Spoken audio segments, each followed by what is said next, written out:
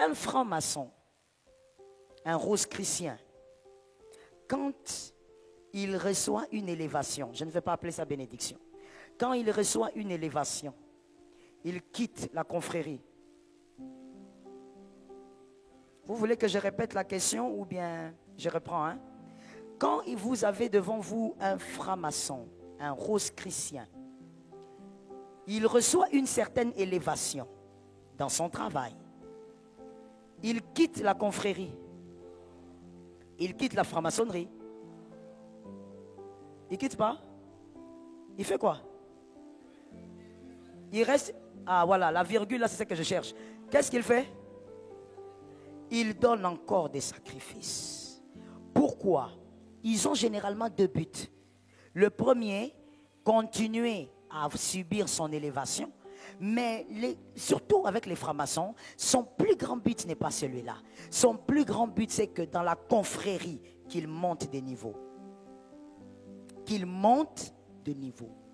Qu'il devienne un jour un grand maître. Il ne peut pas quitter la confrérie. Dès qu'il a l'élévation, promotion, ou je ne sais pas quoi qu'il cherchait, il va chercher, s'il avait, excusez-moi, mais je suis obligé de comparer, même si normalement on ne devrait pas comparer un chrétien avec ce genre de choses, mais c'est à cause des chrétiens actuels que nous sommes obligés. Même si ce franc-maçon, pour avoir la promotion, il a dû coucher avec sa fille, dès qu'il a la promotion, il va tuer son frère. Dès qu'il a la promotion, il va tuer sa nièce. Il fait une plus grande action de grâce. Toi, quand Dieu te bénit, parce que Dieu passe en 4e, en 6e position, tu viens avec l'action de grâce de 500 francs. Tu jettes ça là-bas. Tu dis gloire à Jésus. Jésus, tu m'as fait du bien. Le franc-maçon te regarde, il dit, oh, que cette ignorance grandisse encore. Que dans toutes les entreprises, ça soit seulement nous. Comme ça, les chrétiens seront en bas, là, au pied. Les chrétiens ont les salaires les plus médiocres. Nous, on est à la tête. Il donne des sacrifices et il reste dans sa confrérie. Il cherche à monter des niveaux. Toi, Dieu te bénit. Tu as une promotion. On annonce cela, peut-être, je donne un exemple, on l'annonce même à la télé. La RTNC annonce le décret présidentiel. On annonce, ah voilà, j'ai été promis. Tout le monde commence à t'appeler. Alléluia, hey, frère. Hey. Ça, c'est le samedi soir. Dimanche matin. Voilà, tu dors. Tellement que tu as dormi à 3 h du matin. N'est-ce pas mon fils Louis? Tu as répondu aux appels, donc tu dors. Là, c'est le dimanche matin. Nous, on est en train d'adorer ici. Tu dors. Et puis, que Jésus te donne la victoire. Tu as eu cette promotion par Jésus. N'est-ce pas? Tu n'as donné aucun sacrifice humain. C'est Jésus qui t'a gracié. Toi, le dimanche matin, là, tu fais comment? Tu dors. À 9 h du matin, tu te réveilles en t'écartelant. Ah, vraiment, Dieu est bon. Est-ce que Bobomine Tabana? Dis-moi que ce que j'ai dit là est faux. Dis-moi que si c'est toi, tu ne feras pas ça. Tabana Bobomine? Hein? Parce que la fête doit commencer, tu as été promu.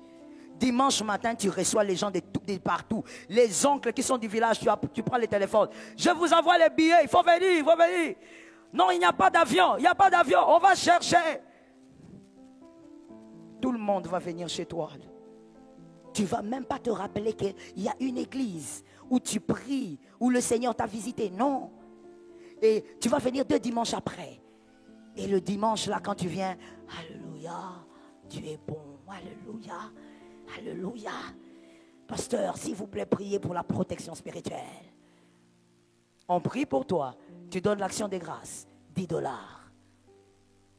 Alors que là maintenant, tu as un gros problème. Que quelqu'un me dise, il y a un gros problème. Non, dis-le avec autorité s'il te plaît. Il y a un gros problème. Lorsque tu es béni, Dieu te fait monter. Au sommet, tu n'es pas seul. Il y a des gens que tu as trouvés. Et ces gens-là, certains ont des serpents ici. D'autres ont des serpents aux pieds. D'autres, sous les lits, il y a les livres maçonniques. C'est ces gens-là que tu as rencontrés. Ce que toi, tu ne sais pas, c'est que la célébration au témoignage devrait amener une haute spiritualité. Tu devrais apprendre à aimer Jésus encore plus. Apprendre à te consacrer encore plus. Non. Toi, tu fouilles. Tu n'as pas le temps. Si je trouve le temps. Mon frère, voilà pourquoi, au sommet là-bas, on va te voler toutes les faveurs. Tu es au sommet, mais tu ne vis pas comme les autres directeurs. Il y a quelque chose qui te manque. On te suce les faveurs. Pourquoi? Tu as rencontré les serpents, toi, tu n'as rien à la main. Je le reprends pour celui qui dormait, parce qu'il y a toujours des gens qui dorment. Je dis, au sommet, tu rencontres les serpents, mais toi, à la main, tu n'as rien. Dis à ton frère, tu dois avoir le serpent. Oh, quelqu'un regarde comme ça, il dit, ah, le pasteur a oublié, il faut avoir la Bible. Non, je dis, tu dois avoir le serpent. On a dit à Moïse, qu'est-ce que tu as à la main? Il a dit, c'est le bâton. Il dit, jette mon frère, tu n'as rien compris, c'est pas un bâton. Moïse a jeté, le serpent est sorti. Et le serpent a avalé tous les serpents de l'Égypte. Tu dois avoir le serpent. Est-ce que quelqu'un m'entend? Mais on n'a pas la puissance de ce genre. En restant à l'église, en restant à la maison, tu t'éloignes de Dieu. Tu ne pries pas la nuit. Tu es là, tu célèbres seulement ce que Dieu fait pour toi. Mon frère, lorsque Dieu te bénit, c'est pour que tu l'aimes encore. La fécondité doit créer l'amour. Je n'ai pas entendu. Je n'ai pas entendu. J'ai entendu les amens des frères, mais les hommes, les femmes, je n'ai pas entendu. Je reprends et je dis, la fécondité doit créer. Voilà pourquoi tu vas constater. Bon, toi, tu ne vas pas constater, mais il y a une certaine époque. Il y a des gens qui n'aiment pas que je dise ça.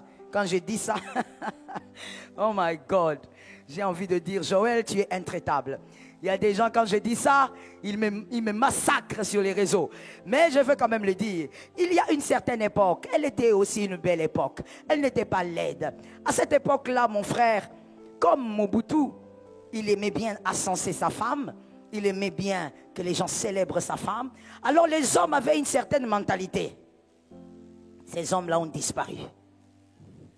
C'est votre génération qui a remplacé. Génération façon. Génération qu'on appelle radin sur radin. À cette époque-là, une femme, c'était au fait devenu comme dans la mentalité générale. Quand une femme allait accoucher, son mari lui amenait un super. C'était comme dans la mentalité. Et tous les hommes, pratiquement zaïrois, savaient que bon, ceux qui pouvaient, savaient qu'il fallait le faire. Donc, quand une femme accouche, on n'amène pas un super, elle réclame. Parce que bon, l'homme a amené le super wax. La fécondité produit l'amour. Il vient avec le super, il te dit, en tout cas, je te célèbre encore. Parce qu'il y a un petit garçon maintenant, il y a une petite fille. Aujourd'hui. Regarde les hommes qui sont à côté, maman. Si tu es à côté d'un homme, regarde, lui, localise. Localise. Radin à un niveau. Il vient, tu as accouché, il vient. Mais il vient... Laissez-moi trouver ça. Je suis en train de chercher ça, mon frère. Je cherche ça.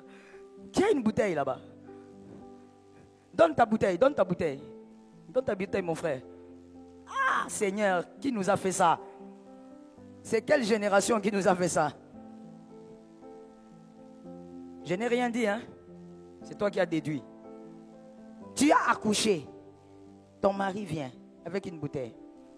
Merci maman pour la bouteille moitié. Il vient avec une bouteille à moitié pleine. Et puis quand il vient, oh chérie, alléluia. Gloire à Dieu. C'est pour lui-même. Non seulement il a une bouteille moitié, mais c'est pour lui. Toi tu viens d'accoucher, hein? Tu es là. Hein? Tu n'as même pas les forces. Même la force de parler. Maman, accouchement. Tu n'as même pas la force de parler.